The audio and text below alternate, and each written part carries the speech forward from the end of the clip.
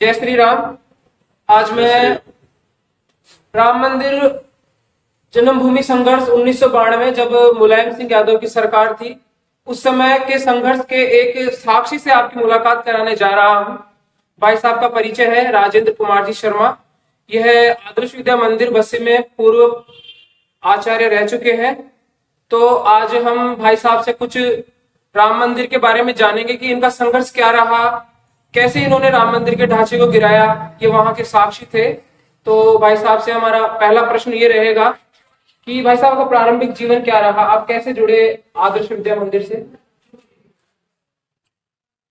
देखिए सर, मेरे पिताजी एक शिक्षक थे और उनका ये सपना था कि मेरा बेटा भी इसी शैक्षिक क्षेत्र में ही काम करे।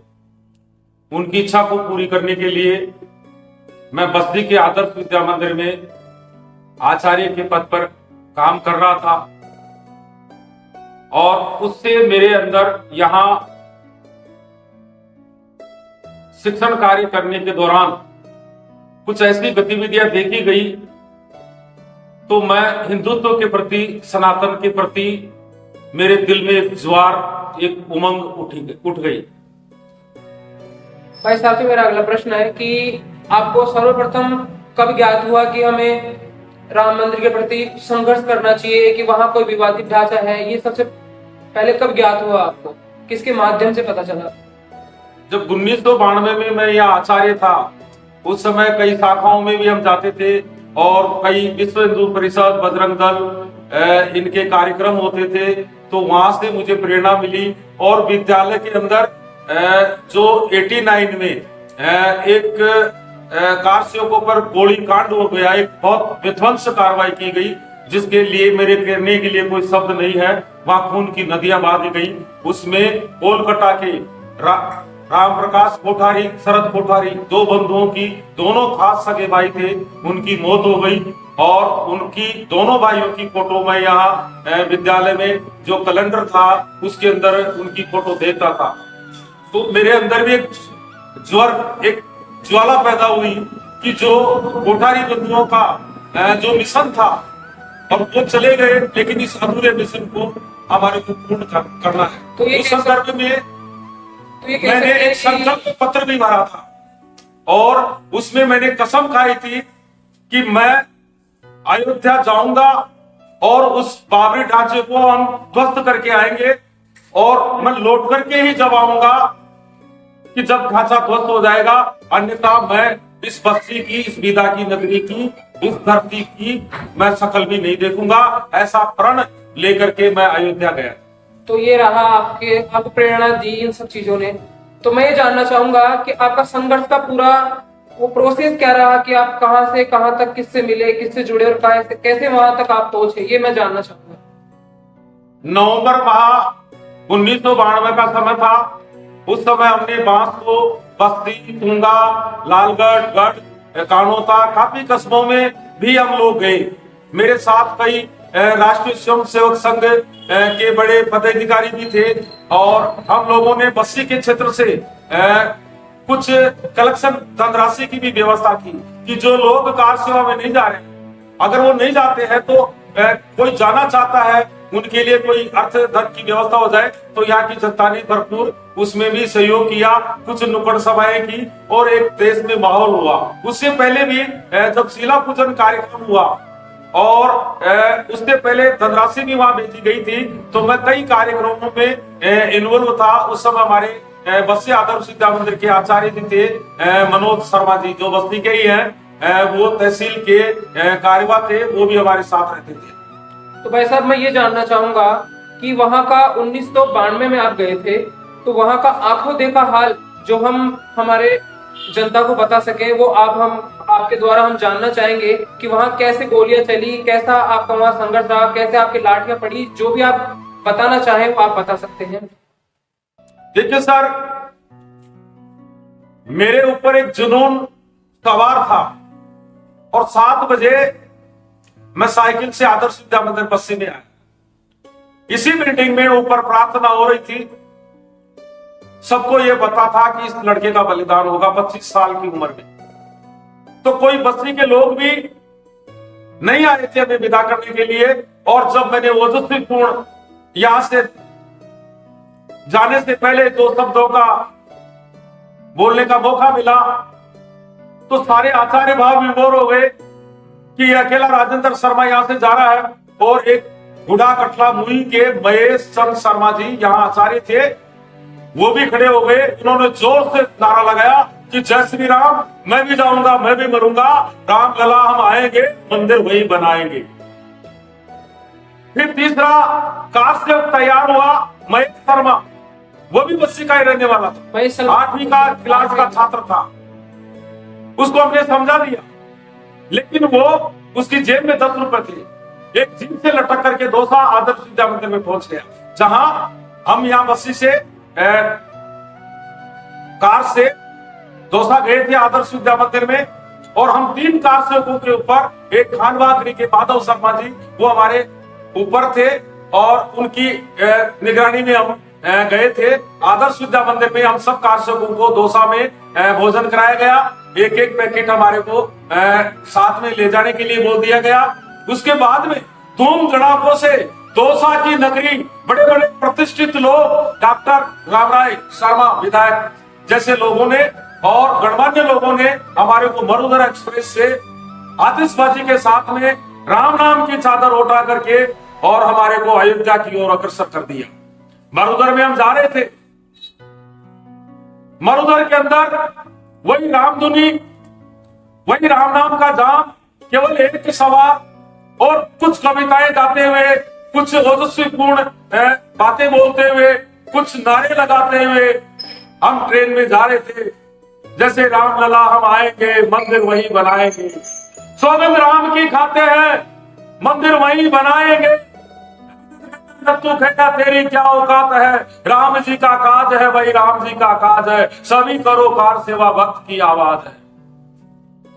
जहां जन्म लिया है राम जी ने, वही मंदिर बनाएंगे। ऐसी बातें हम बोलते हुए ट्रेन में जा रहे थे। आगरा आया, कानपुर आया, लखनऊ आया। हम यहाँ रवाना हुए थे 28 नवंबर 1992 को, और 29 नवंबर को हम श्री अयोध्या जी में 4 बजे पहुंच चुके। जाते ही हमने सबसे पहले हनुमानगढ़ी का दर्शन किया, उसके बाद में रामलला का दर्शन किया। एक पर्वत रूमा एक पहाड़ था, उसके ऊपर 3 गुंबज बने हुए थे।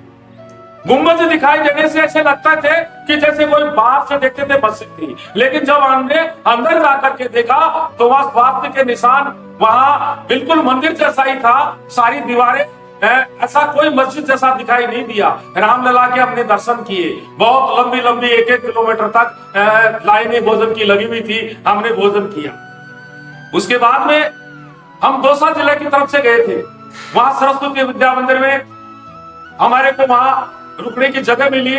दौसा जिला के सारे कारसेवकों को, लगभग 6 लाख कारसेवक थे। ऐसी व्यवस्था थी कि कोई भी नागरिक हमें विदिन 20 मिनट में ढूंढ सकता था। ऐसा नेटवर्क, धन्यवाद देता हूं आयोजकों को, जो श्री राम सेवा समिति जो भी बनी हुई थी उन। और जो जो समय आगे बढ़ता गया, जो जो समय आगे बढ़ा, हमारी भोजन व्यवस्था प्रत्येक जिला स्तर पर कर दी गई, वहां कोई कमी नहीं थी। जब मैं गया था मेरी जेब में 118, और जब आया था तो 170 रुपए थे।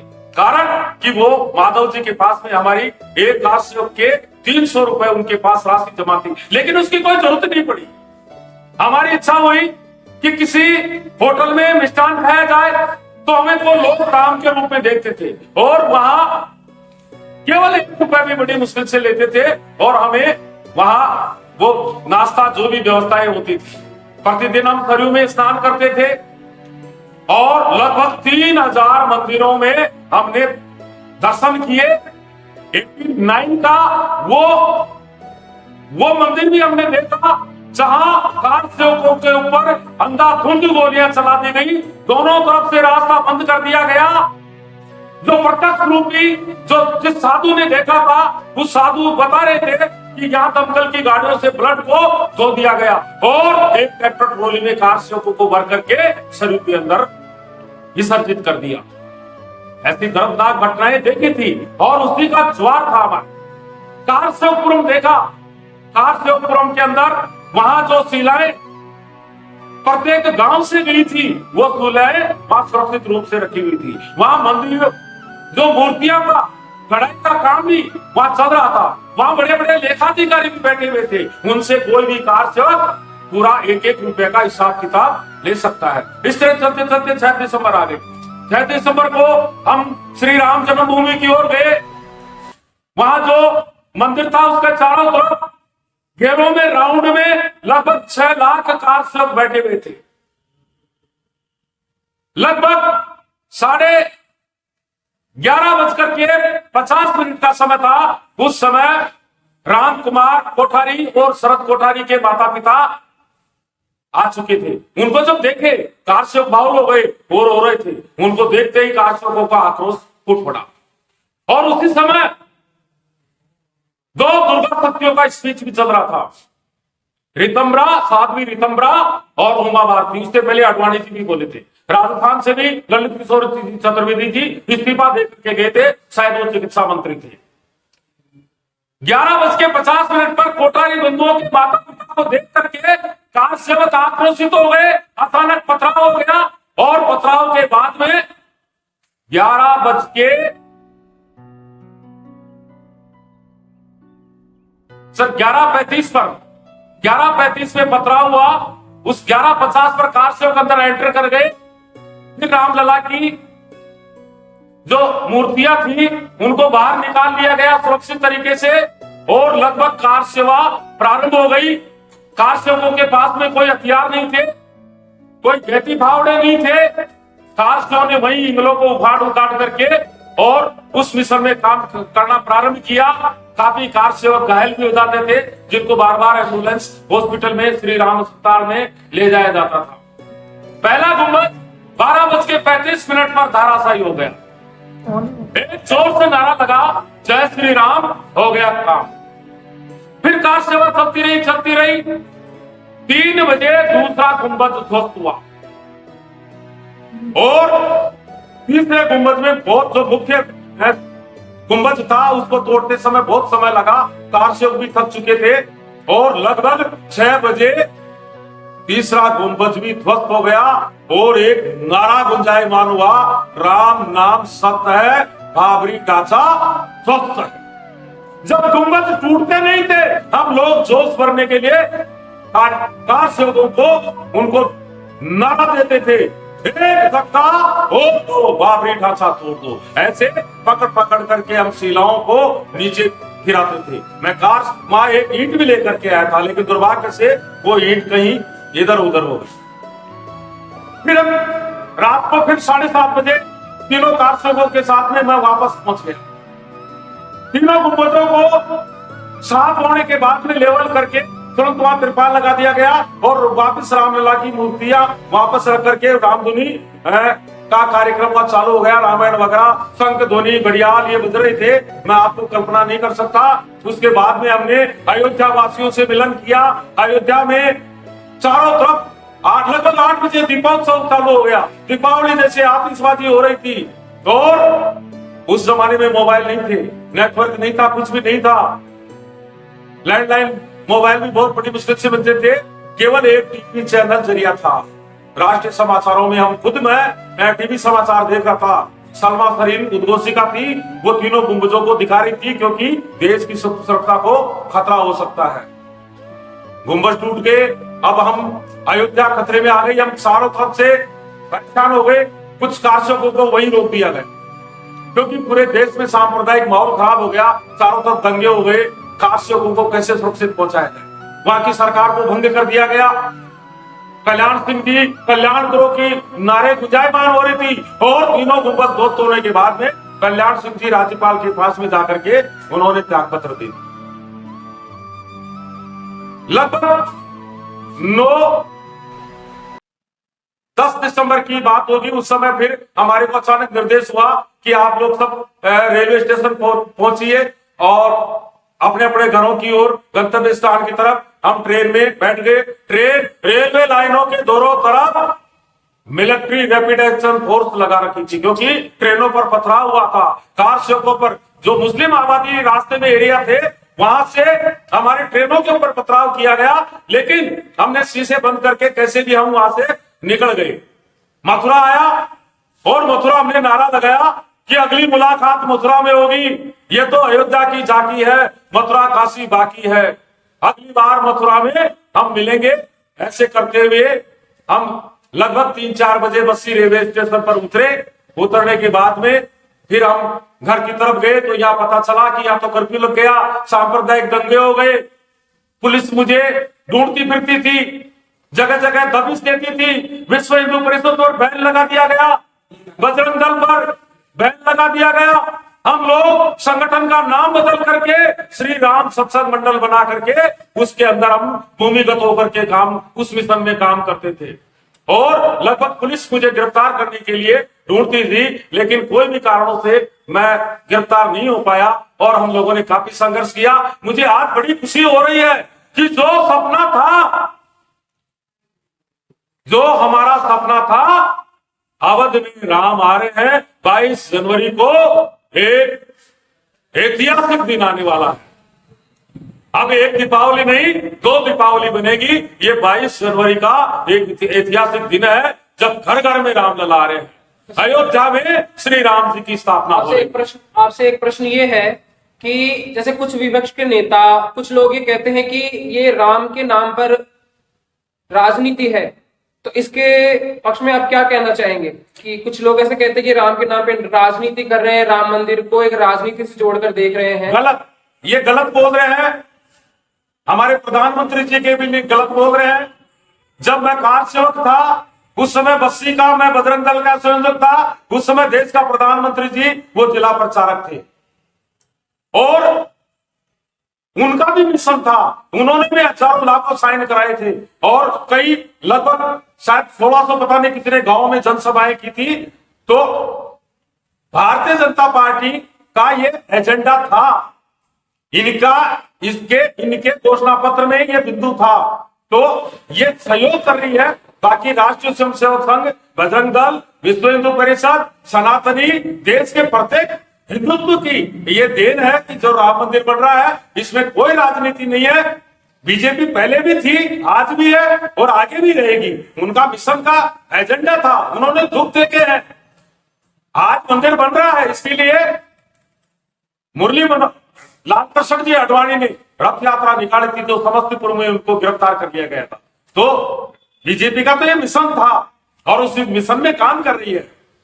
जो हमारे धर्माचार्य, साधु संत या हमारे सनातनी देश के 80 करोड़ लोगों की जो डिमांड थी, वो भी इस पार्टी की डिमांड थी। तो इसको राजनीतिक दृष्टि से नहीं देखना चाहिए। वैसे एक अंतिम प्रश्न आपसे है कि आपने देखा कि भाई साहब ने कितना संघर्ष किया, आप कितने एक महान संघर्ष के साक्षी रहे हैं। तो एक अंतिम प्रश्न आपसे ये है कि अब आपको राम मंदिर बनने के बाद में कैसा अनुभव हो रहा है, कैसा महसूस आप कर रहे हैं? देखिए, जब मैं अयोध्या गया था, मेरे अंदर एक मिशन था। मुझे न कोई मेरी पत्नी याद आई, न कोई बच्चा याद आया और इस तरह से हम वहां चले गए क्योंकि एक लक्ष्य था हमारा और वो लक्ष्य आज पूरा हो रहा है। तो ये तो मेरा जीवन उद्धार हो गया। जो हमारा प्रण था कि दोबारा हम अयोध्या जब ही आएंगे जब मंदिर बन जाएगा, तो आज मैं जीते जी आंखों से ये मंदिर देख रहा हूं। 89 में जो काशी गए थे बुड़बुंगड़े लेकर के, बड़ी सीमाएं सील कर दी थी, परिंदा फर नहीं मार सकता, बड़ा माहौल खराब था। लेकिन हमारे समय में ऐसा कुछ भी नहीं हुआ है और उस समय भी हम तो ऐसा महसूस कर रहे थे शायद जैसे कोई हमने 4 धाम की यात्रा कर ली हो। बाकी आज मैं बहुत गौरवान्वित महसूस कर रहा हूं कि जिस मिशन में हमने गैती फावड़े चलाए थे, दिन भर हमने परिश्रम किया था। हमारे साथ में इसी क्षेत्र के आचार्य धर्मेंद्र जी भी थे, वो भी गैती फावड़े चला रहे थे, उनका बीपी बढ़ रहा था, पसीने चमक रहे थे, मैंने आंखों से देखा था उनको। तो आज बड़ा, मैं ऐसे मान लीजिए कि मुझे तो मेरे जीवन में सबसे बड़ी खुशी मिल गई कि राम जी अवध में आ रहे हैं। तो जैसा कि आपने देखा राजेंद्र जी भाई साहब ने कितना संघर्ष किया, ऐसे ही हमारे भारत में कई लोग हैं, कई महाराज हैं जो संघर्ष कर रहे हैं। कुछ महाराज तो ऐसे हैं जिन्होंने प्रण लिया है कि वो जब तक राम मंदिर नहीं बन जाएगा एक अन्न का घास नहीं खाएंगे। और कुछ महाराज ऐसे हैं जिन्होंने ये प्रण किया है कि हम 14 वर्ष तक जिस तरह राम वनवास गए थे हम भी मौन रहेंगे।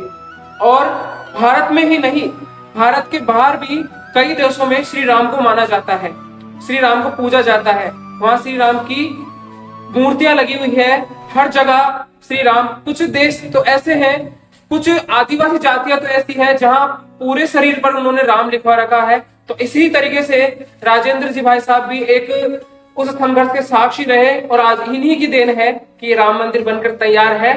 तो 22 जनवरी को सभी से निवेदन है कि राम मंदिर को बनते हुए उनकी प्राण प्रतिष्ठा होते हुए देखें और रात को जैसे दिवाली मनाई जाती है वैसे ही घी के दीपक जलाएं और भगवान श्री राम की प्राण प्रतिष्ठा का लाभ उठाएं और देखें कि किस तरह 500 वर्ष के संघर्ष के बाद में आज राम मंदिर बनकर तैयार हुआ है। ये सब किंवदंतियां नहीं है।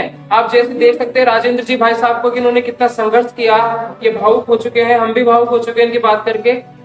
आपको भी भावुक हो गए होंगे, आपको भी जैसा लगता है।